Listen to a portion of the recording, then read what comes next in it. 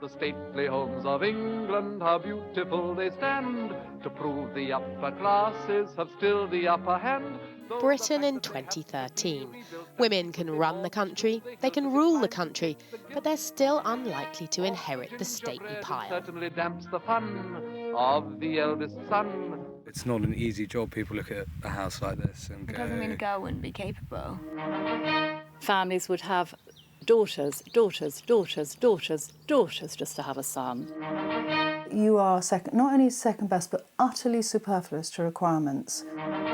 Why do we change things just for the sake of change? There are a few squeaking females make a big fuss about something. Back in 1480, 1500, you lived in a great hall. And this is the Great Hall? And this is the great hall, rather grander than a kitchen. Francis Fulford's family have lived in this house for the best part of 1,000 years. They're old-school landed gentry. Your wife and children would sit up, had a little chamber up there, privacy. There's no hiding in a chamber these days, but the old rules still apply when it comes to who inherits the estate. The men always take precedence. So Francis Fulford got the place over his older sisters. Why change it for no particular reason? What is the big reason for changing it? Because it's unfair on women. Why is it unfair on women? Everybody knew the score. Which meant Francis was the 25th or so Fulford to get the house, 3,000 acres and more than 20 cottages. So your children doing something out there? Yeah. With a shotgun? Probably. Yeah, they go, they ping along. In line with tradition, Arthur Fulford will take over from his father. He's trying to get some fishing tips. Twin sister Matilda doesn't get a look in. Matilda doesn't mind that at all. She has no problem. Have you asked her? I didn't need to. It's more of a man thing, which is terribly sexist. That's such a ridiculous comment. The concept was you had to be a pretty tough guy to hold places down. We don't need knights to fight on the land, you just need someone who's good at managing an estate. But it's worked. The point is it's worked. As I say, it's worked for 1,000 years here nearly. Why chuck away traditions that are centuries old just because you want change? Because if we hadn't chucked away traditions that are centuries old, we wouldn't have had a female Prime Minister. Not just a female Prime Minister, but a Queen, though Francis Fulford mocks the new law that means the royal baby will be heir to the throne no matter its gender. It's some light bulb moment in a bath Cameron had, and it's lovely soundbite, isn't it? We'll do a soundbite, modernise. I think it's, frankly, we're a lot more interesting and a lot more bigger problems in this country than farting about with the royal succession. 3 counties along, in the seat of England's premier aristocrat, the Duke of Norfolk, there's a whiff of genteel rebellion in the West Sussex air.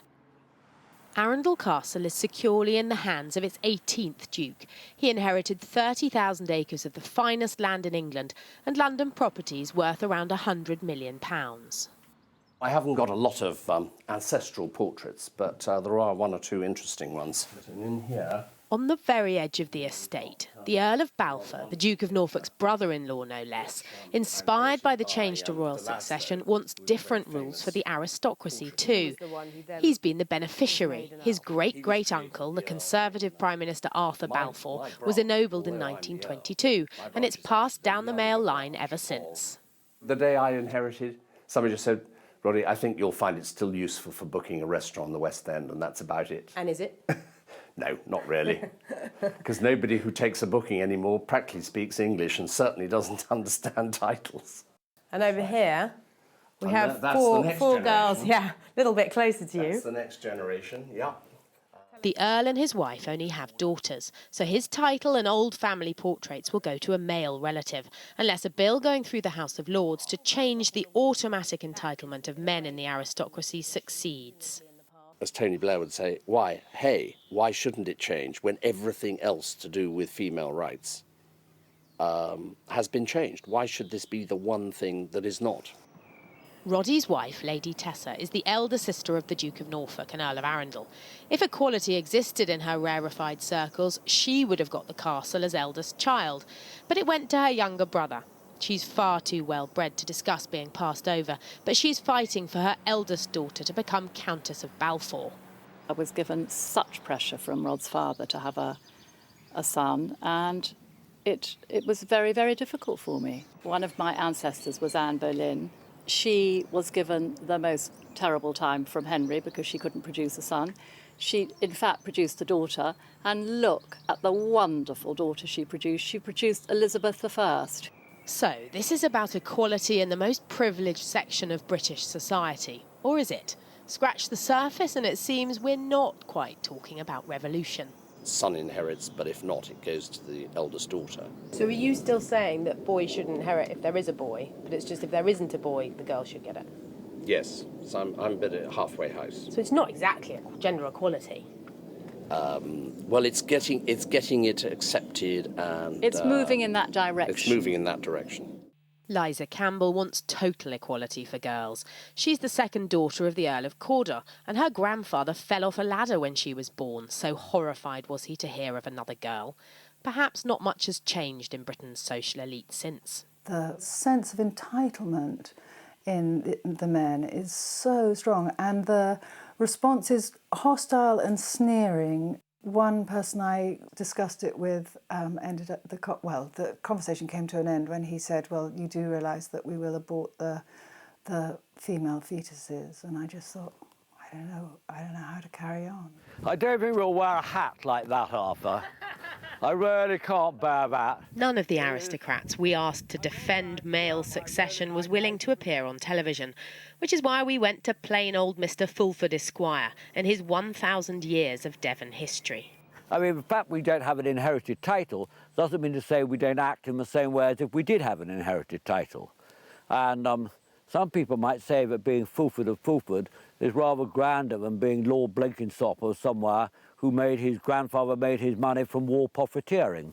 I might say that, actually. Primogeniture here is about long-held family tradition, but the Fulfords take their cue from Britain's aristocratic families, even though, unlike the titled folk, there's no rule laid down that males have to inherit this place. If you had daughters, no sons, what would you do with Great It would Fulford? go to the eldest daughter. And what about if you had 3 daughters and then a really very good male nephew? Oh, well, that'd be another issue altogether, and I'd have to think about that one quite hard, wouldn't I? The stately homes of England have... Being the heir apparent, of course, Arthur can rest easy. Let's face it, he's never been worried. But what of this campaign to modernise a system many people believe too antiquated to bother with? Lady Tessa missed out on what could have been her birthright in an equal world. Roderick Balfour doesn't want his title to slip away from his eldest daughter. Lady Liza hopes for the next generation of Matildas, things might just be different.